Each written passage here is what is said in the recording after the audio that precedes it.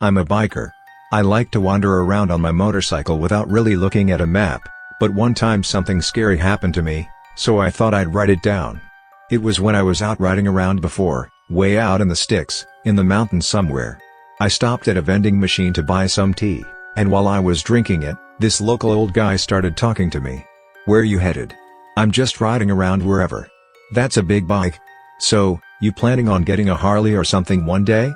"Nah, that kind of thing's not really for me. Just your typical idle chat," but we kind of hit it off a bit. "Hey, come by again sometime. My house is around here, so swing by." "Sure thing, I'd love to." That was the usual sort of quick exchange, and then we parted ways.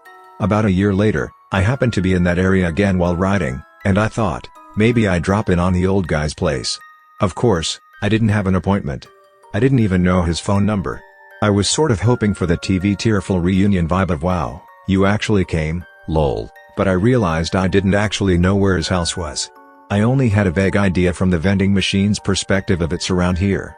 So I decided to head back to that same vending machine first, then ask around to see if anyone knew how to get to his place. Not many people passed by, but eventually I caught this grandma-like lady from a nearby farm and asked her. I told her the old guy's name, what he looked like, and his occupation that I'd heard before. "Oh, you mean mister? He lives on the other side of that mountain, up toward the top."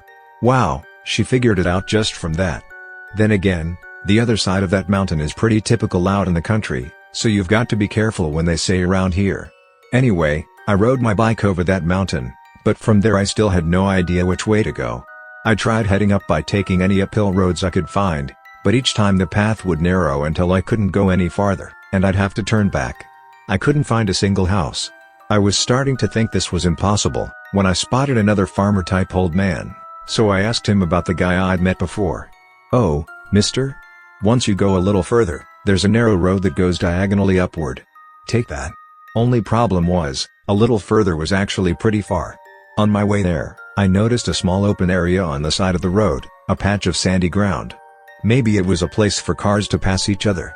My bike is an off-road type, and at the time, I just bought it and was feeling cocky.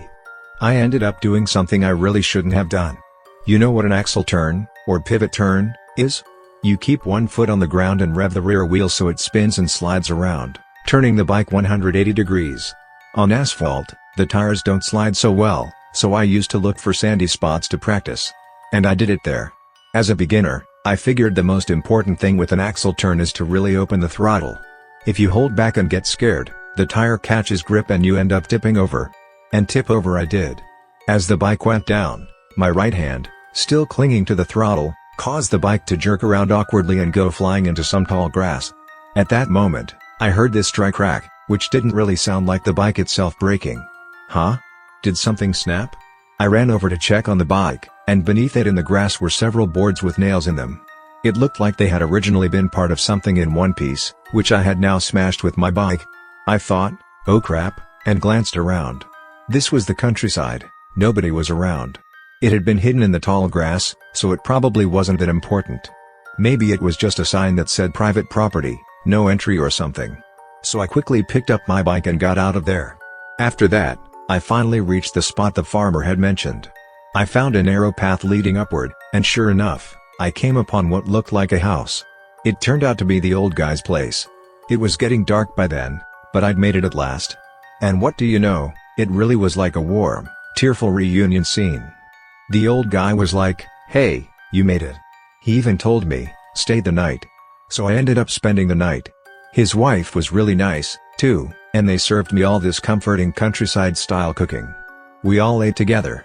I live alone, so I was totally enchanted by that family vibe I hadn't felt in a long time. But during dinner, the phone kept ringing. Mostly his wife answered it, and here's what the calls were about. "Hey, what's that bike parked outside your place? I saw some stranger snooping around looking for your house, what happened with that? Seems lively over there tonight, what's going on?" They were calls from the very people I'd come across today. It's easy to forget when you're used to the city, but this is what the local network in the countryside is like. Unlike the city, where everyone around is a stranger, out here everyone is connected. The grandma at the vending machine, the farmer guy, the drivers who passed me on the road, they're all connected. That's how it is in the countryside. They even heated up the bath for me, and I got to take the first soak, which was a real treat. But as I was enjoying myself, I started to think carefully. Did I do anything rude on my way here? Because anything that happens in this network immediately becomes public knowledge. And of course it'll reach the old guy here, and his kind wife. And tomorrow morning, when I ride out, everyone I pass on the road will know, too. I couldn't get that image of the broken boards in the grass out of my head. That was bad. Did someone see me do that? When I got out of the bath and slid open the door into the pitch-black hallway, I heard a voice like someone shouting in anger from the living room, followed by a loud thud, like the phone being slammed down. Another call, I thought. Now what? I stood in front of the living room sliding door, but I couldn't bring myself to open it. That shrine. What do we, gotta? I could hear the old guy and his wife talking. I had no idea when to walk in. This had to be about the broken thing earlier, right? The news must have reached them. I knew it was bad. What kind of face was the old guy making right now? What face was I supposed to make when I opened this door? Suddenly, slam. The sliding door was yanked open hard. The old guy was standing right in front of me. His eyes looked oddly teary, and for a second I thought he was glaring at me, and my legs almost gave out. But in the next moment, he was back to the same look he had at dinner. "You heard?" he said. "Was it you?" he asked. Just from those few words, I knew exactly what he meant. Well, I stammered, and before I could say anything else, he said in a commanding voice, "Your bed's laid out. Go to sleep." Then he slid the door shut. In that moment, I caught a clear glimpse of his wife glaring at me, and it's still burned into my memory. There was no way I could sleep. It was pitch dark outside, like someone had splashed black ink everywhere, but it was still only about 9 p.m. That meant I had to endure this tension until about 6 a.m., 9 more hours. I wanted to leave so bad. I tried distracting myself by fiddling with my phone under the covers, but around 2 a.m. I heard a creak from the hallway behind me, from the direction of the sliding door. Someone was there. Why weren't they calling out to me? They had to see the glow of my phone, so they knew I was awake. Why weren't they saying anything? They're definitely watching me, right? I got so scared I stayed facing away from the door and tried calling out in a goofy, half-asleep voice. You need the bathroom? Creak. The footsteps retreated. No reply. Why won't they answer me? They're trying to hide their presence. So they were planning to do something if I'd been asleep, weren't they? I couldn't stay there any longer. Around 2 a.m., I quietly gathered my stuff. I left a note saying, "Thank you for everything. Sorry, but something urgent came up so I have to leave," or something like that. I was super careful about making any footstep sounds on the floor, but I couldn't keep the boards from creaking. I passed by the living room, practically praying. I didn't want my shoes to make noise on the gravel outside, so I carried them in my hands and walked out in my socks. I unlocked my bike.